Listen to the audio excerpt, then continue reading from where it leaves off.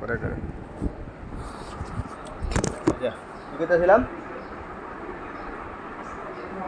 লা আকুলুহু ওয়ালা উহাররিমুহু, এই হুবহু এই ধরনের বক্তব্য আমরা আরনাবেও পাইলাম, কিন্তু আরনাবে পাওয়ার পরে বলছি যে আরনাব জায়েজ, আর লা আকুলুহু ওয়ালা উহাররিমুহু এটা গুইসাবে পাওয়ার পরে এখন আমরা বলবো কি গুইসাব মাকরু। এটার কারণ হইল লা আকুলুহু ওয়ালা উহাররিমুহু এটা এই রেওয়ায়তটা কি একটা মুবহাম রেওয়ায়ত, অস্পষ্ট কথা। কেন অস্পষ্ট দেখো, এই লা আকুলুহু এই কথাটা এটা বুঝাইতেছে যে নবী সাল্লাল্লাহু আলাইহি ওয়াসাল্লাম এটা খান না, নবী সাল্লাল্লাহু আলাইহি ওয়াসাল্লাম খাইছেন না, এটা এই জিনিসটা বুঝাইতেছে।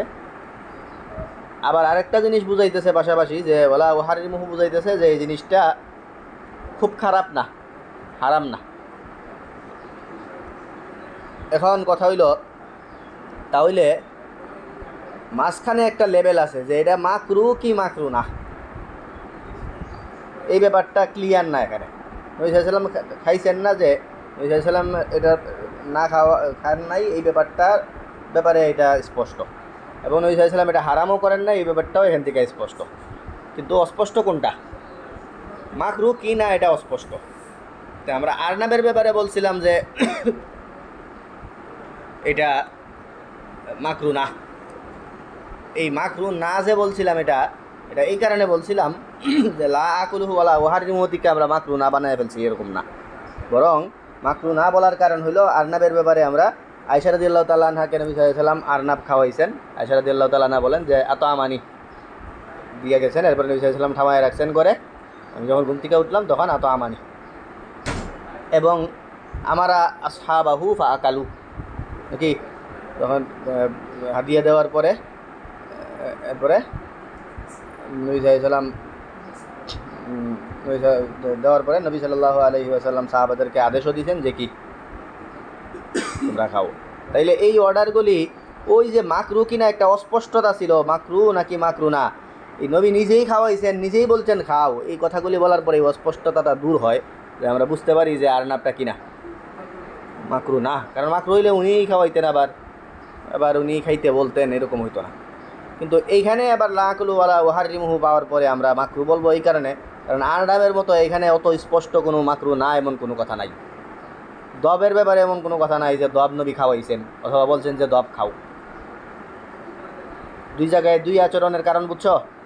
কারণ আরনাবে কি আছে, আরনাবের মধ্যে বলা আছে যে লা আকুলুহু ওয়ালা উহাররিমুহু শেষ কথা না, এরপরে আরও বিস্তারিত আছে নবী খাওয়াইছেন, নবী খাইতে বলছেন, কিন্তু দবে এই কথাগুলি নাই। এই কারণে হইলে কি এটাকে আমরা মাকরু বলি।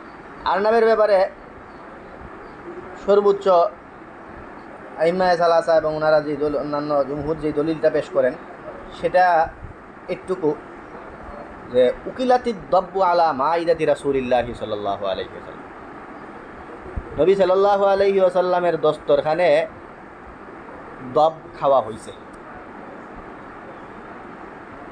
সে কথা নবী সাল্লাল্লাহু দস্তরখানে কি দব খাওয়া হয়েছে, এইটা হইল আইম্মায়ে সালাসার কথা, যে কি দবটা জায়েজ, জায়েজের পক্ষে ওনাদের একটুকু কথা।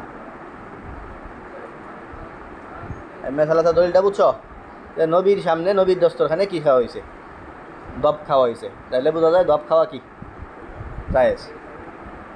তা আমরা যেটা বলি সেটা হইল যে নবীর দস্তরখানে দব খাওয়া এটা জায়েজ বুঝায়, কিন্তু মাকরু না এই কথা বুঝায় না।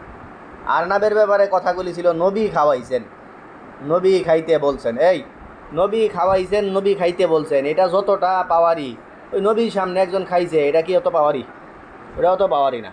এবং নবী নিষেধ করছেন না কিল্লিগা, নবী নিষেধ করছেন না এই কারণে যেহেতু এটা হারাম না। নবী সাল্লাল্লাহু আলাইহি ওয়াসাল্লামকে জিজ্ঞেস করা হয়েছে যে হুজুর আপনি খান না কেন, নবী সাল্লাল্লাহু আলাইহি ওয়াসাল্লাম বলছেন যে আমরা এমন জাতি, এমন দলের থেকে এমন জায়গায় বড় হয়ে উঠছি যে আমরা এটা খাইয়া অভ্যস্ত না, এই কারণে খাই না। বুঝতে পারছো কথা। তাহলে এই কারণে অন্য যারা খাইতে যায় খাইতে পারে, এরা খাইলে খাক, এই জন্য নবী সাল্লাল্লাহু আলাইহি ওয়াসাল্লাম নিষেধ করছেন।